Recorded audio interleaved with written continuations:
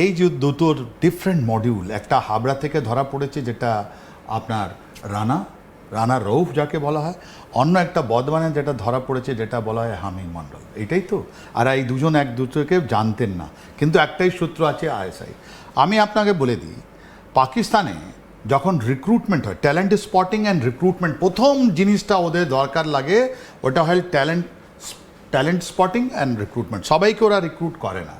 তাহলে এই দুটো জায়গায় দুটো জিনিস আলাদা আছে।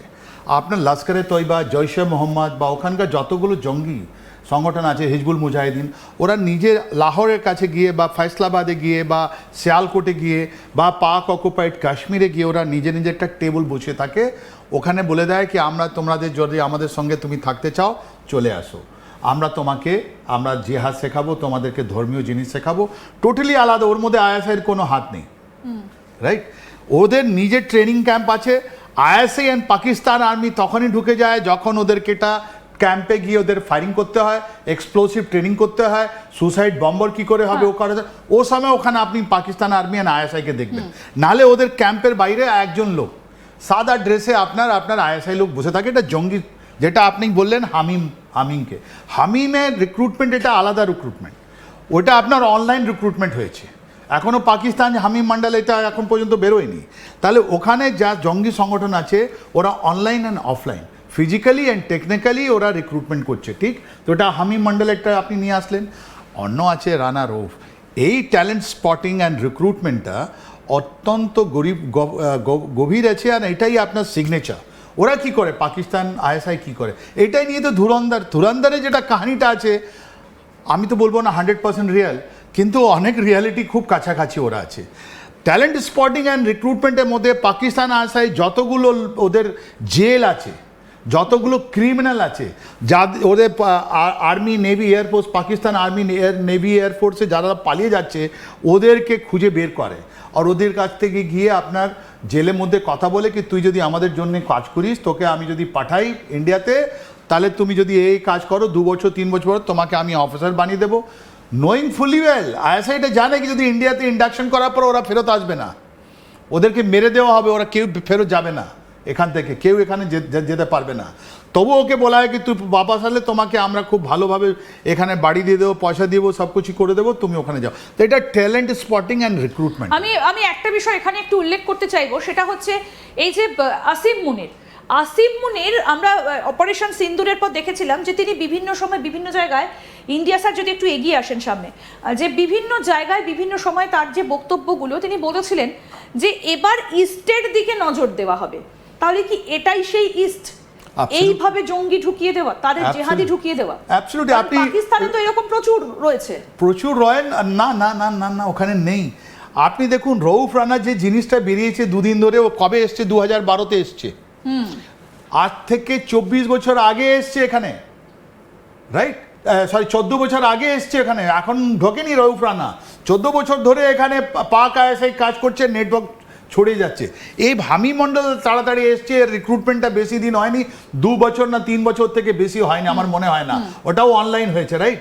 তো এই যে আসিম মুনি যেটা কথা বলছে, কার স্ট্রেংথে কথা বলছে কি, আমি তাহলে কি পূর্ব ভারতে ভারত পাকিস্তান লড়াইটা আবার শুরু হয়ে গেল? অ্যাবসলিউটলি। এটা তো প্রত্যেক দিন হয়ে থাকে আমাদের।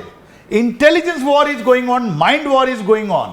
ওটা শুধু এরকম লোক ধরা পড়ে যখন রৌফ রানার মতন লোক, যার আসল নাম আসলাম, যে ফয়সলাবাদ লাহোরের কাছের লোক, যেখান থেকে কাসাবে একদম বঙ্গে ধরা পড়া এই পাক জেহাদিদের যেখান থেকে অ্যারেস্ট করা হয়েছে, আমরা যদি ম্যাপের মাধ্যমে একটু জোড়ার চেষ্টা করি এবং তার কাছাকাছি কি রয়েছে, আমরা যখন খুঁজতে গিয়ে দেখলাম বেশ কিছু তথ্য আমাদের সামনে চলে আসলো। স্যার আপনিও যদি একটু আসেন তাহলে পুরো বিষয়টা আরো ভালোভাবে সেটা বোঝানো যায়। আমরা শুরুতে দেখাই যে হামিমকে কোথা থেকে অ্যারেস্ট করা হয়েছিল। হামিমকে অ্যারেস্ট করা হয়েছিল বর্ধমান থেকে। আমরা বর্ধমানটাকে একটু খুঁজে বের করার ফার্স্টে চেষ্টা করি।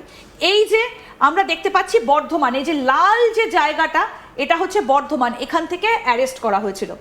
এবার যদি আমরা একটু খোঁজার চেষ্টা করি যে এর আশেপাশে কি রয়েছে। স্যার এর আশেপাশে যখন আমরা খোঁজার চেষ্টা করলাম, আমরা দেখলাম যে এর কাছে রয়েছে পানাগড়ে কি রয়েছে? আমাদের বায়ুসেনার ঘাঁটি।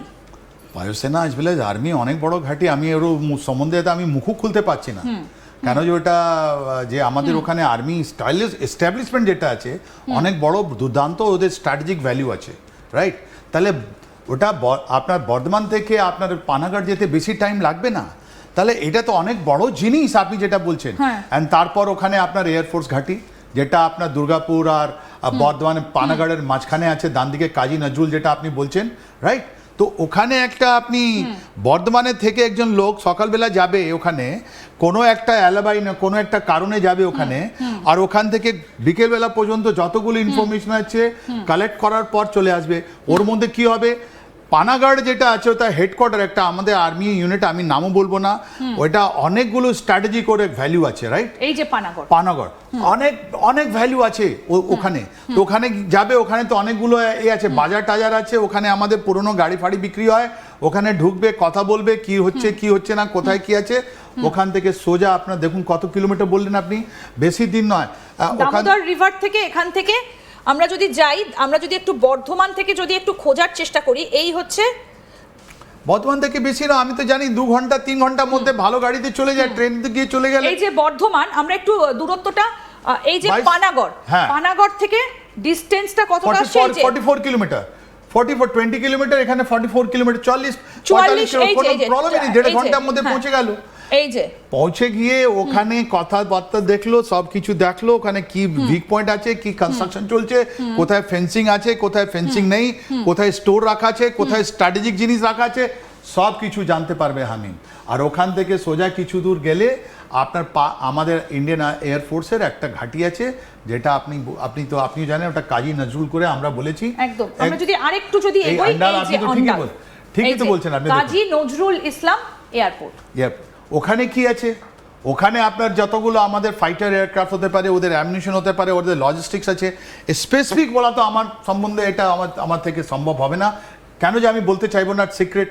তো এই দুটো যে আমাদের জায়গা আছে, এইটা যে সন্ত্রাসবাদী লোক, ওরা তো আর্মি টার্গেট করতে চায়, ওরা তো মানুষকে টার্গেট করতে চায়, তাই জন্য তো আপনি বলছেন ওখানে যুদ্ধ হবে কি যুদ্ধ হবে। এই যুদ্ধ তো আরম্ভ হয়ে গেল। তার মানে এক্সপ্লোসিভ লাগিয়ে আপনার ওখানে গিয়ে কোনো রকমে একটা জিনিস ঘটনা ঘটিয়ে, তার মানে আমাদের কমব্যাট ফাইটিং করা অ্যাবিলিটিটাকে কম করা, এইটাই তো হামিমের কাজ ছিল। এটা টোটালি সেপারেট মডিউল, জয়শে মোহাম্মদের মডিউল। এটা জয়শে মোহাম্মদের হেডকোয়ার্টার ফাইসলাবাদে ছিল, যেটা 7th মেতে ভাঙা হলো, ওর লোকই ছিল হামিম। আর হামিমের কাজ, হামিমের সঙ্গে তো ভাট্টি গ্রুপের একটা যোগাযোগ ছিল, অ্যাবসলিউটলি। তাকে তো বারবার করে বাইরে যেতে বলা হয়েছিল, তার কাছে পাসপোর্ট ছিল না বলে সে যেতে পারেনি, কিন্তু অর্পিতা সরকার বারবার করে এদের সঙ্গে যোগাযোগ করিয়ে দিয়েছে।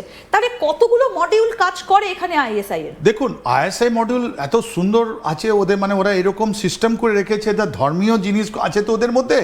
ওরা বলছে তুমি সেকেন্ড লোককে বলবে না তোমাকে কি আমি কাজ দিয়েছি,